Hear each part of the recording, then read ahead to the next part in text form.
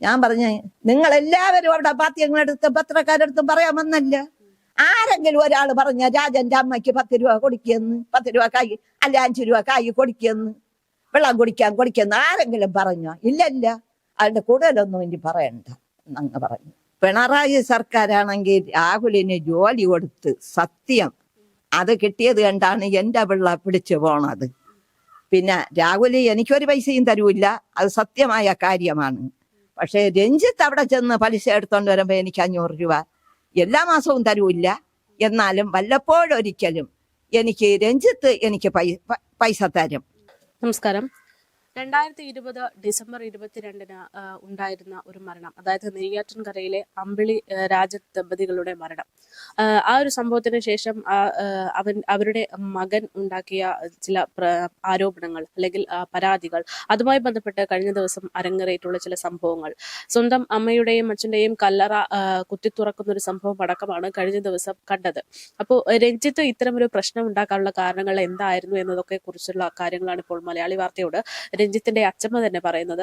ചേച്ചി, ഇപ്പോ ഒരുപാട് കാലമായിട്ടുള്ള പ്രശ്നമാണ്. രഞ്ജിത്ത് ആണെങ്കിലും കുറെ ദിവസമായിട്ട് ഇങ്ങനെ ഇതിന്റെ പിന്നാലെ തന്നെയാണല്ലോ. അപ്പൊ ഇപ്പോഴെന്താണ്?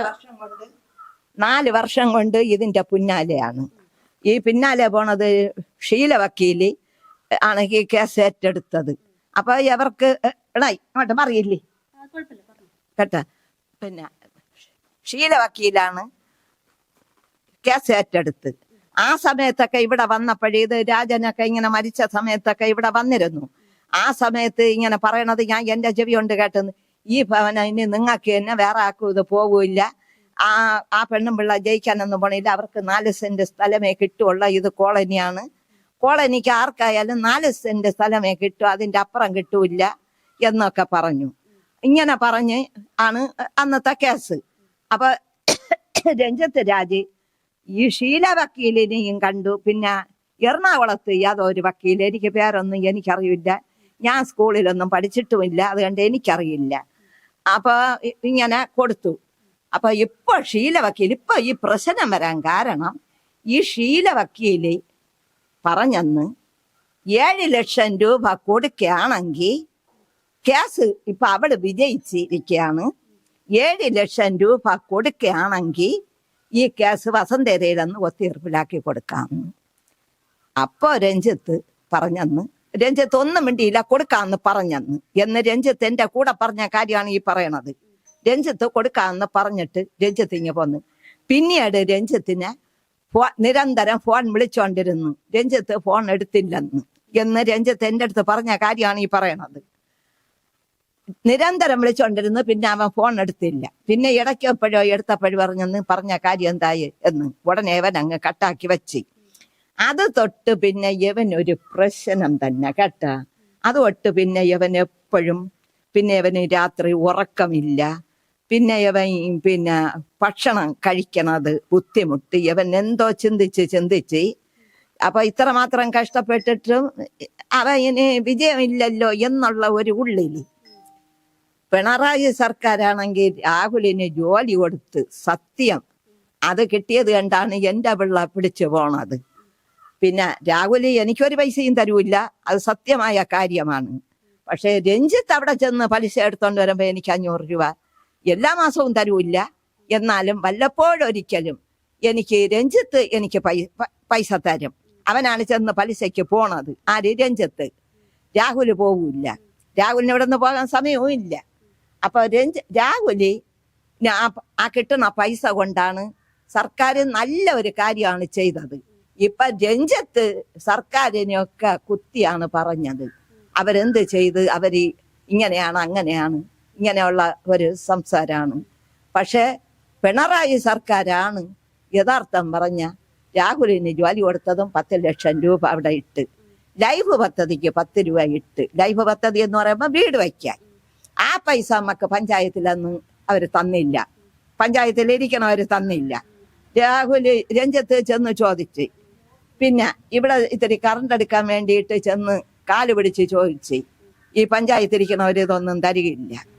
പിന്നെ പഞ്ചായത്തിലിരിക്കുന്നത് കോൺഗ്രസ് പാർട്ടിയാണ്, അവര് കമ്മ്യൂണിസ്റ്റ് അല്ല. കോൺഗ്രസ് പാർട്ടിക്കാര് തലതിരിഞ്ഞല്ലേ നിൽക്കുള്ള. കമ്മ്യൂണിസ്റ്റിനെ എങ്ങനെ കമ്മ്യൂണിസ്റ്റിനെ വെട്ടിലാക്കാം എന്ന് പറഞ്ഞാണ് കോൺഗ്രസ്സുകാർ നിൽക്കുന്നത്. സത്യമാണ്. കോൺഗ്രസും അതെ, BJPയും അതെ. ഞാൻ ഉള്ള കാര്യം പറയാം. എന്നെ വെടിവെച്ച് കൊന്നാലും ഒന്നുമില്ല. അപ്പൊ രഞ്ജിത്ത് എൻ്റെ അടുത്ത് പറഞ്ഞ്, അച്ചാമ്മ വീട് ഇനി ഇവിടെ പൊളിച്ച് മാറ്റി കൊടുക്കാൻ പറഞ്ഞിരിക്കണം. പഴയ കണക്കിൽ ഇവിടെ ഈ വേലി കെട്ടിയതുപോലെ ഇവിടെ നിൽക്കണം. പഴയ കണക്കിൽ തറയായിട്ടിടണം.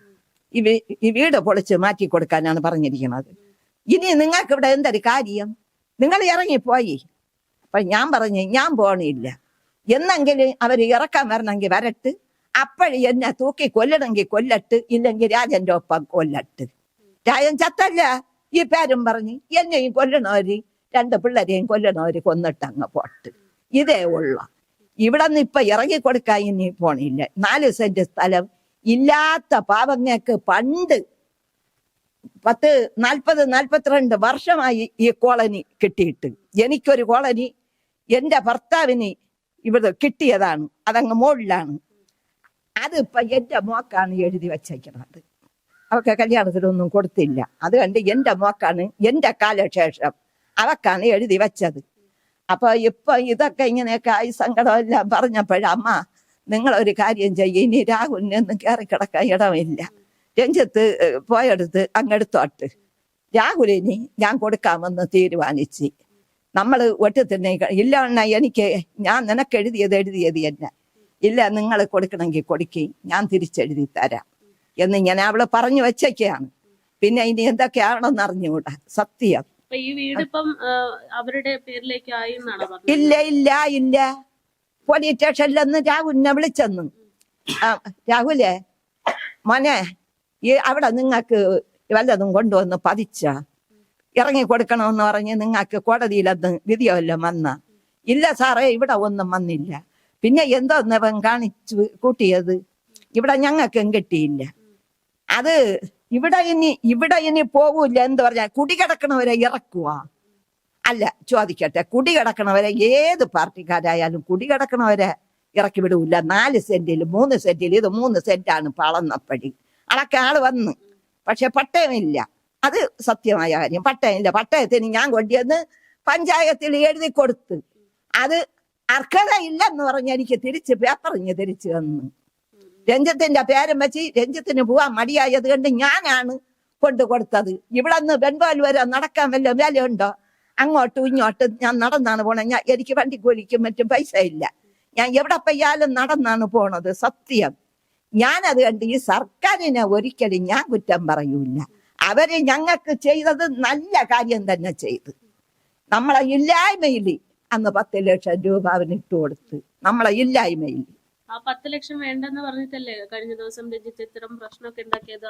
10 ലക്ഷം അവന് വേണ്ട എന്ന് പറഞ്ഞുകൊണ്ട് ഈ സർട്ടിഫിക്കറ്റ് എല്ലാം വാരിയിട്ട് ചുട്ട്. ഇവിടെ ഇരുന്ന ഗ്യാസിൻ്റെതും പിന്നെ പിണറായി സർക്കാർ കൊടുത്ത പൈസ, പാസ്ബുക്ക്, 2 പേരും ജോയിന്റ് അക്കൗണ്ടാണ്, പാസ്ബുക്ക്, ഇതെല്ലാം അവന്റെ ആധാർ വരെ എടുത്തിട്ട് ഇപ്പം ചുട്ട്. ഇതാ ഇവിടെ ഇട്ടി തന്നെ ചുട്ടത്. എല്ലാം കത്തിച്ചെന്ന്. രഞ്ജിത്തിന് എന്താണ് ഇപ്പൊ ശരിക്കും പ്രശ്നം? ഇതിപ്പം വിധിയായിട്ടില്ല, അല്ലെങ്കിൽ ഈ വീട് വേറൊരാളും പേരിലായിട്ടില്ല എന്ന് തന്നെയാണല്ലോ നിലവിലുള്ളത്. പക്ഷെ രഞ്ജിത്ത് കഴിഞ്ഞ ദിവസം പറഞ്ഞത് കോടതി വിധി വന്നു, അത് അവള് ഇളക്കി കൊടുത്ത് കോടതി വിധി വന്നെന്ന് എന്നാണ് എന്റെ നിഗമനം. എന്റെ നിഗമനം ഇങ്ങനെയാണ്. കോടതിയിൽ വിധി വന്നെന്ന് ഷീലവക്കീൽ ഇളക്കി കൊടുത്ത് ഇവിടെ ഭാസ്കർ നഗറിൽ എല്ലായിടക്കും ഇളകി കിടക്കണ്. പോങ്ങിലും ഞാൻ 2 ദോശ എന്നാനെന്ന് പറഞ്ഞ് ചായക്കടയിൽ പോയി.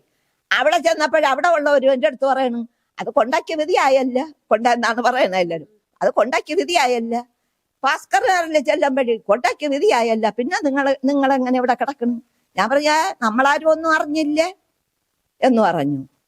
കൊണ്ടാക്കി എങ്ങനെ വിധി വരും എന്ന് ഞാൻ അവരെടുത്ത് ചോദിക്കുന്നു. പോങ്ങനെ ചെന്നപ്പോഴേ അവിടെയും ചോദിക്കുന്നു, അതെങ്ങനെ കൊണ്ടാക്കി വിധി വരും എന്ന് ഞാൻ ചോദിക്കുന്നു. അവർക്ക് അറിഞ്ഞുകൂടാ. അമ്മ, ഇതിപ്പം മകന്റെയും മരുമകളുടെയും ഇതാണ് കാണുന്നത്. അതാണ് ഇപ്പം കൊച്ചുമകൻ കുത്തിപ്പൊളിച്ചിട്ടിരിക്കുന്നത്. അപ്പം കുത്തിപ്പൊളിച്ചതല്ല, കൂടാടുത്ത് ഈ സ്ലാബ് അത്രയും അടിച്ച് പൊട്ടിച്ച്. ഈ സ്ലാബ് അത്രയും മീത കിടന്നില്ലേ സ്ലാബ്, അതാണ് അടിച്ച് പൊട്ടിച്ചല്ല, കുത്തിപ്പൊളിച്ചതല്ല. ഇതിങ്ങനെ അടിച്ചു പൊളിച്ചോണ്ട് എന്താ? അത് ഇറക്കി മാറ്റി കൊടുക്കാനൊക്കെ പറഞ്ഞന്ന്. ഇതും മാറ്റി കൊടുക്കണം. വാ യാപീസി കൊണ്ടുവന്ന് ഇളക്കി മാറ്റുമെന്ന് അത് ഇതിനു മുമ്പ് വസന്തേര ആൾക്കാര് നമ്മുടെ അടുത്ത് പറഞ്ഞിട്ടുണ്ട്, എന്റെ അടുത്ത് പറഞ്ഞിട്ടുണ്ട്. ഇതിലേ പറഞ്ഞു കൊണ്ട് പോയി. അപ്പൊ ഞാൻ പറഞ്ഞേ ഇങ്ങ മീത തന്നെ ഇരിക്കണത് ഇത് യാസിപി കൊണ്ടുവന്ന് ഇളക്കി മാറ്റാൻ. ഈ സർക്കാരും ഈ കണ്ട ജനങ്ങളെല്ലാം ഇത് പോയതാണ്. ആർക്കിനി ഇളക്കി അത്ര ചങ്കൂറ്റുള്ളവർ വന്ന് ഇളക്കി മാറ്റിയെന്ന് ഞാൻ ഇതുപോലെ വെല്ലുവിളിച്ച് പറഞ്ഞത് വാസ്തവമാണ്. ഇപ്പൊ അമ്മ എങ്ങനെയാണ് ജീവിക്കുന്നതൊക്കെ? എനിക്ക് ബുദ്ധിമുട്ടി തന്നെ അപ്പി. എന്റെ കയ്യിൽ ഒരു പൈസയും ഇല്ല സത്യമായിട്ടും തന്നെ. ഞാൻ പിന്നെ ഇളക്കി വിടുന്ന് കൈയൊടിഞ്ഞ് ആശുപത്രി കിടന്നു. ആശുപത്രി ചെലവൊക്കെ രാഹുൽ ചെയ്തു. പക്ഷെ എടാ 50 രൂപ അല്ല 20 രൂപ താടാ പാല് വാങ്ങിക്കാനെന്ന് പറഞ്ഞ് കേട്ടാ രാഹുൽ പറയും എന്റെ കയ്യിൽ ഒരു പൈസയും ഇല്ലേ അച്ഛമ്മ, ഞാൻ പലിശക്കൊക്കെയാണ് പൈസ വാങ്ങിച്ച് രഞ്ജിത്തിനെ ഇപ്പൊ ശുശ്രൂഷിച്ചത്, നിങ്ങളെ ശുശ്രൂഷിച്ചത് ഒക്കെ ഞാൻ പലിശയ്ക്ക് പണം വാങ്ങിച്ചാണ്. എനിക്ക് കിട്ടുന്ന പൈസ എടുത്ത് ഞാൻ അങ്ങനെയൊക്കെയാണ് കൊടുത്തോണ്ടിരിക്കണതെന്ന് എന്ന് പിള്ള പറയണ്. അവന്റെ എനിക്ക് തരാൻ അവന് തരാൻ ഒരു കപ്പാസിറ്റി അവനില്ല. ഇവിടെ കുറച്ച് പൈസയെ കിട്ടൂ എവിടെ സൊസൈറ്റിയിൽ, അതിനൊക്കെ ജോലിയല്ല. ഇവൻ പിന്നെ ഒരുപാട് അങ്ങ് പഠിച്ചുമില്ല. ഇവൻ എന്തായാലും 10ാം ക്ലാസ് പാസ്സായി. പിന്നെ ഇവൻ വേറെ പഠിക്കുമല്ല, എനിക്ക് പറയാൻ പറഞ്ഞുകൂടാ. 10ാം ക്ലാസ് പഠിച്ചിട്ട് പിന്നെ 11, 12ാം ക്ലാസ് വരെ പഠിക്കുക. അങ്ങനെ പഠിച്ച് അതിലവൻ തോറ്റുപോയി. ഇവൻ കണക്കാണ് പഠിച്ചത്, ബാങ്കിന്റെ ഇതില് കണക്കാണ് പഠിച്ചത്.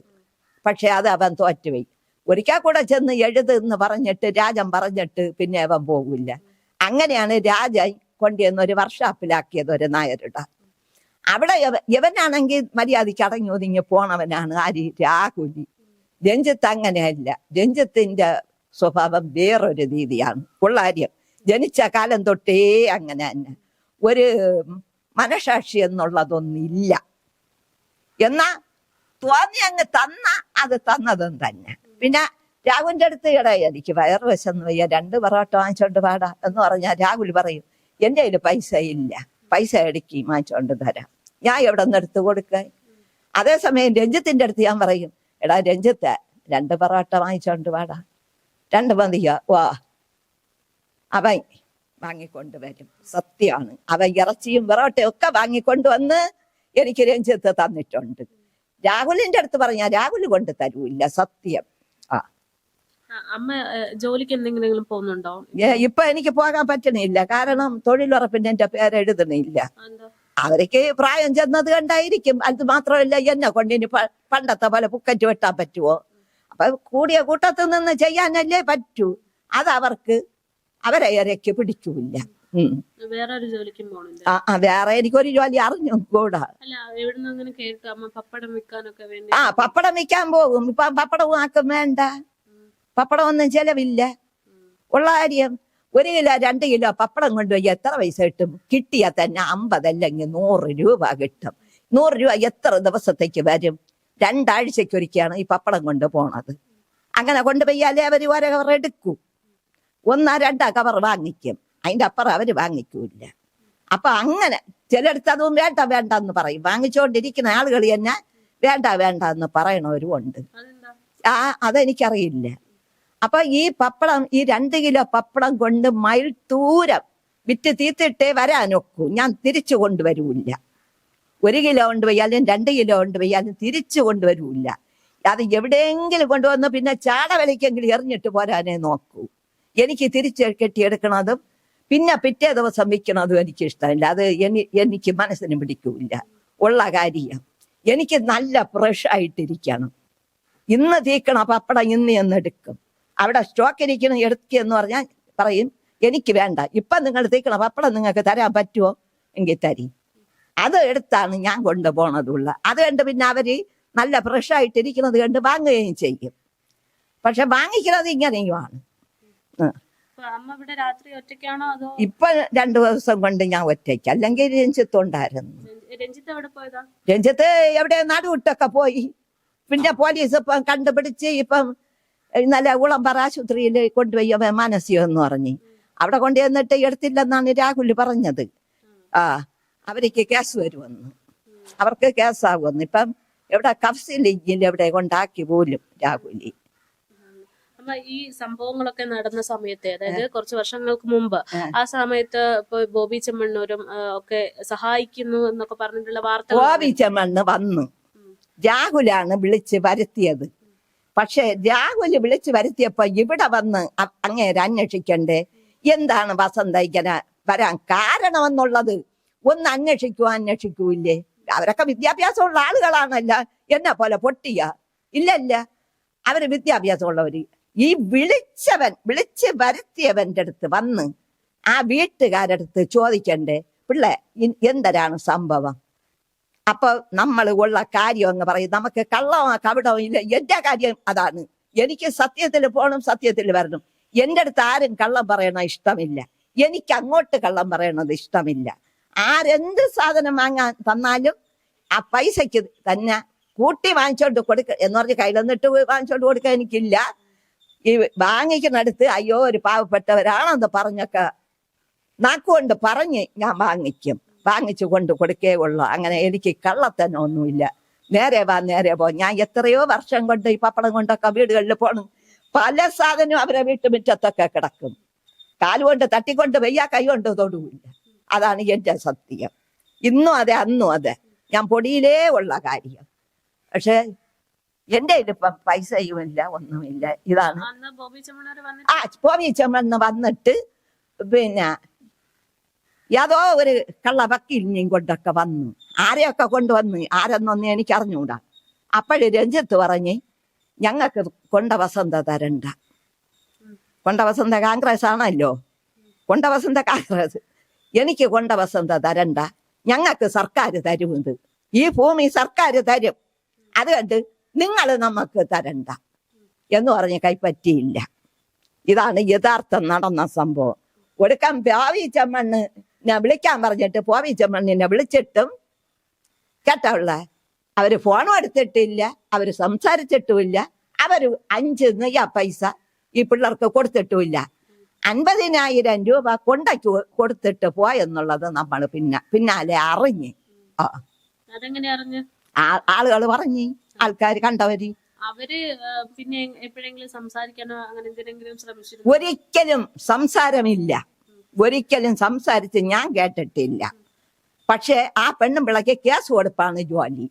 നെയ്യാറ്റങ്കര ഈ രാജം മരിച്ച് ഇപ്പം 5 മാസമായി. ഇപ്പൊ എന്റെയും അപ്പുറത്ത് വസുമതി എന്ന് പറഞ്ഞത് ഇവിടെ തൊട്ടടുത്ത്, അവളും കമ്മ്യൂണിസ്റ്റ് എന്നെ നമ്മളെ പോലെ.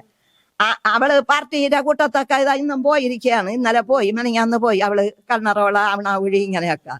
പക്ഷെ എനിക്ക് പോകാൻ പറ്റൂല, എനിക്ക് നടക്കാൻ എന്നെ കൊണ്ട് ഇനി ആവതില്ല. 70 വയസ്സും ആയുള്ള ഇനി എന്നെ കൊണ്ട് പഴയതുപോലെ ഓടിക്കൊണ്ട് തിരിയാൻ കഴിയുമോ? അപ്പഴ് ചോദിക്കും പപ്പടം കൊണ്ട് പോണില്ല, വയറ്റിന്റെ അലപ്പ് കൊണ്ട് പോവും, പതുക്കെ പോവും എന്നുള്ളതേ ഉള്ളൂ. ഇപ്പോഴും പപ്പടം വയ്ക്കാൻ എന്നെ കൊണ്ട് കഴിയണില്ല. സത്യമാണ്. ദൈവത്തെ നിലവിളിച്ചാണ് നടന്നു പോണത്. കൊണ്ടാക്കാരും ഇല്ല. ആട്ടയ്ക്ക് കൊടുത്ത പോവാന്ന് വെച്ചാൽ ആട്ടയ്ക്ക് കൊടുക്കാനുള്ള കാശില്ല. എങ്ങനെ പോവും, എങ്ങനെ കൊടുക്കും?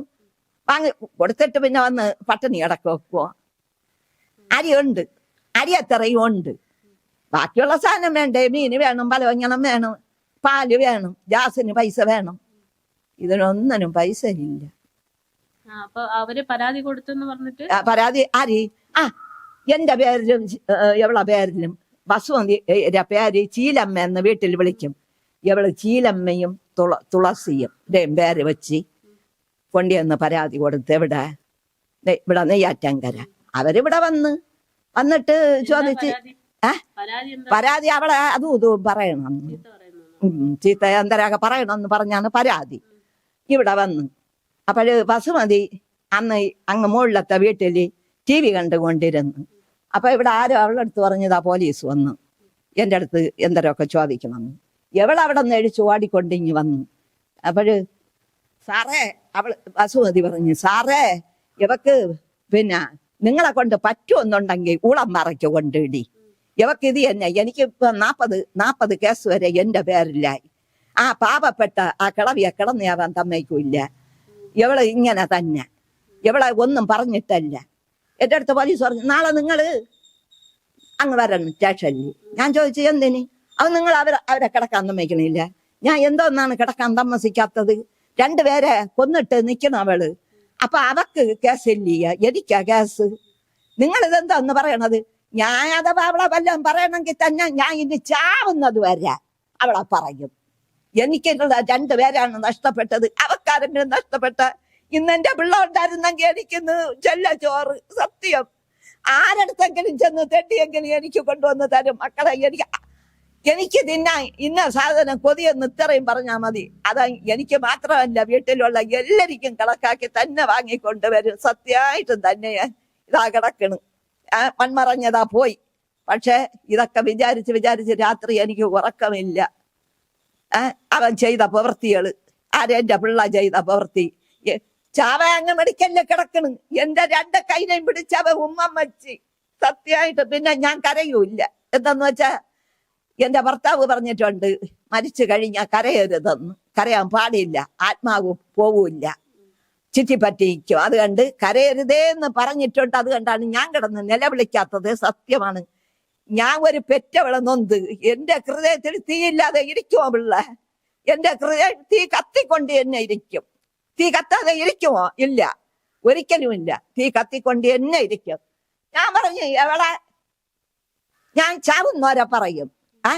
നാളെ വരണം, ചാവുന്നവരെ പറയുമെന്ന് പറഞ്ഞു. നാളെ വരണം. ഞാൻ പറഞ്ഞു, ഞാൻ ഒരിക്കലും വരൂല്ല. അവളെ കൊണ്ടുപോയി ഞാൻ വരണമെങ്കിൽ എന്നെ ഒന്നെ തൂക്കിക്കൊല്ലണം, അല്ലെങ്കിൽ എന്നെ ഇവിടെ സുധയും കൊന്നതുപോലെ കൊല്ലണം. സുധയും രായനും ചത്തല്ല.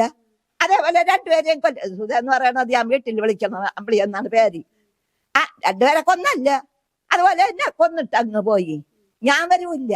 ഞാൻ എന്തെങ്കിലും തെറ്റ് ചെയ്ത് ആരെങ്കിലും കൊന്ന ഞാൻ അങ്ങ് സ്റ്റേഷനിൽ വരാൻ ഞാൻ വരൂല്ല. എന്നെ അവര് മിണ്ടാതെ അങ്ങ് പോയി. പിന്നെ ഒന്നും മിണ്ടിയില്ല. അമ്മ ഒറ്റ കാര്യം കൂടി, അതായത് രഞ്ജിത്ത് കഴിഞ്ഞ ദിവസം ഇങ്ങനെ ഓരോ കാര്യങ്ങൾ പറയുന്നതിന്റെ ഇടയിൽ പറഞ്ഞൊരു കാര്യമുണ്ട്. അതായത് ഇവര് അച്ഛനും അമ്മയും മരിച്ചത് ഒരു പോലീസുകാരൻ രക്ഷിക്കാൻ അല്ലെങ്കിൽ എന്തോ ഒരു ശ്രമത്തിനിടയിലാണ് തീപിടിച്ചത് എന്നുള്ളത് പറഞ്ഞത്. രാജ എന്റെ അവിടെ പറഞ്ഞത് ഞാൻ ഇല്ലായിരുന്നല്ലോ അന്ന്. ഞാൻ പപ്പടമാണ് കൊണ്ടുപോയിരുന്ന, ഞാനിവിടെ ഇല്ലായിരുന്നു. ഉണ്ടായിരുന്നെങ്കിൽ ഇങ്ങനെ വിളിയാക്കുമ്പോഴെങ്കിലും ഓടി ഇങ്ങി വരുമല്ലോ. പിന്നെ ഞാനിവിടെ കിടക്കാനായിട്ട് വന്നിട്ടില്ല. അപ്പോഴും സത്യമാണ്, ദൈവത്തിന് എനിക്ക് കള്ളമില്ല. നേരെ വാ നേരെ പോകുന്നതാണ് എന്റെ കാര്യം. ഞാൻ കിടക്കണം അങ്ങ് മുകളിലത്തെ വീട്ടിലാണ്. അപ്പൊ ഞാനിവിടെ വരൂല്ല. വരും, ചായ കുടിക്കാൻ വരും, എനിക്ക് ചായ തരും, അവര് ചോറ് തരും, ഇതിനൊക്കെ വരും. കിടക്കാനായിട്ട് ഞാൻ ഇവിടെ വന്നിട്ടില്ല. അന്ന് അവര് ഒരു മാടാണ് ഇവിടെ വച്ചിരുന്നത്. എന്റെ ആശാരി പണിയുമാണ്. അപ്പൊ ഞാൻ പിന്നെ പപ്പടം വിറ്റിട്ട് വന്ന് കയറിയതേ ഉള്ളോ, ഒരു നിലവിളിയാക്കണം. അപ്പോഴും ഞാൻ അവിടെ അടുത്തുള്ള ആരോ അവിടെ നിന്ന ഓർമ്മയുമില്ല, ആരോ നിന്ന് അവിടെ എന്താ റെഡിയായി സുധ അവിടെ നിന്ന് വിളിച്ചേക്കണം. പെണ്ണെ അതാ അവിടെ കുറെ എണ്ണ അതാ അവിടെ വന്ന് അവിടെ എന്തരോ ബഹളം. ഞാൻ എന്റെ മോളെ വിളിക്കാൻ മുകളിലോടി. അവള് പപ്പട ജോലിക്ക് വരും, അവിടെ വിളിക്കാൻ ഞാൻ ഓടി. അവളെടുക്ക ചെന്ന് പറയാൻ ഇങ്ങോട്ട് വരാൻ. അവിടെ ചെന്നപ്പോഴത്തേക്ക് എൻ്റെ അടുത്ത് പറഞ്ഞ്, പഞ്ചായത്ത് മെമ്പർ ഭാസ്കർ കാറിലാണ്, നിങ്ങൾ പഞ്ചായത്ത് മെമ്പറിനെ അറിയിക്കുന്നു. അപ്പോഴവിടെ ജയിച്ച് വന്നതേ ഉള്ളൂ, അവൻ കോൺഗ്രസ് ആണ്.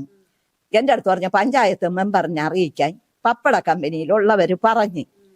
ഞാൻ ഒരു തോർത്ത് പോലും എടുത്തിടാതെയാണ് ഓടിയത്. ഇവിടെ മുകളിൽ തന്നെയല്ലോ അന്ന്. ഈ തോർത്തില്ലാതെ ഭാസ്കർ കാറ് ഞാൻ ഓടിയത് മുട്ടപ്പില്ല് ഉരുക്കൂല്ല. സത്യം അത്ര. എന്നാ ആരും ചോദിച്ചില്ല, നിങ്ങൾ എന്തിനു ഓടണമെന്ന് ഒരുത്തർ എന്നെ കണ്ടിട്ട് ചോദിച്ചില്ല. ഭാസ്കർ കാറിൽ അവിടെ പാലത്തിന്റെ അവിടെ എല്ലാ ആളുകളും നിന്ന് ഒരുത്തർ എൻ്റെ അടുത്ത് നിങ്ങൾ എന്തിനു ഇങ്ങനെ കിടന്ന് ഓടണമെന്ന് ചോദിച്ചില്ല. മെമ്പറിനെ ചെന്ന് വിളിച്ചപ്പം മെമ്പറില്ല. തലേ ദിവസം എന്തരോ ഒരുത്തൻ അവിടെ വിഷം അടിച്ച് ചത്ത്.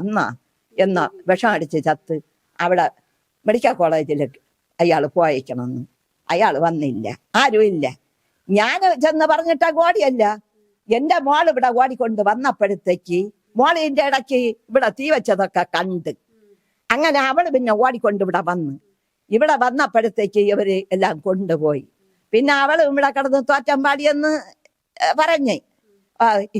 ഒരു ചോറ് കോരി വെച്ച ചോറ് തിന്നാ ഏത് കോടതിയിലെന്ന് വന്നാലും ഏത് പോലീസ് സ്റ്റേഷനിലെന്ന് വന്നാലും കോരി വെച്ച ചോറ് ഉണ്ണാതെ ആരെങ്കിലും കൂട്ടിക്കൊണ്ട് വിളിച്ച് വെളിയിലിറക്കുക. നിങ്ങൾ കഴിച്ചിട്ട് വരിയെന്നല്ലേ പറയുള്ള. അതുപോലും പറയാനുള്ള മനസാക്ഷി വന്നവരിക്കുമില്ല, കൊണ്ടയ്ക്കുമില്ലെന്ന്. ബിന്ദു, എന്റെ ബിന്ദു പെണ്ണ്, ബിന്ദു അല്ല അവളെ പേര് റാണിയാണ്, ഞാൻ ബിന്ദു എന്ന് വിളിക്കുന്നത്.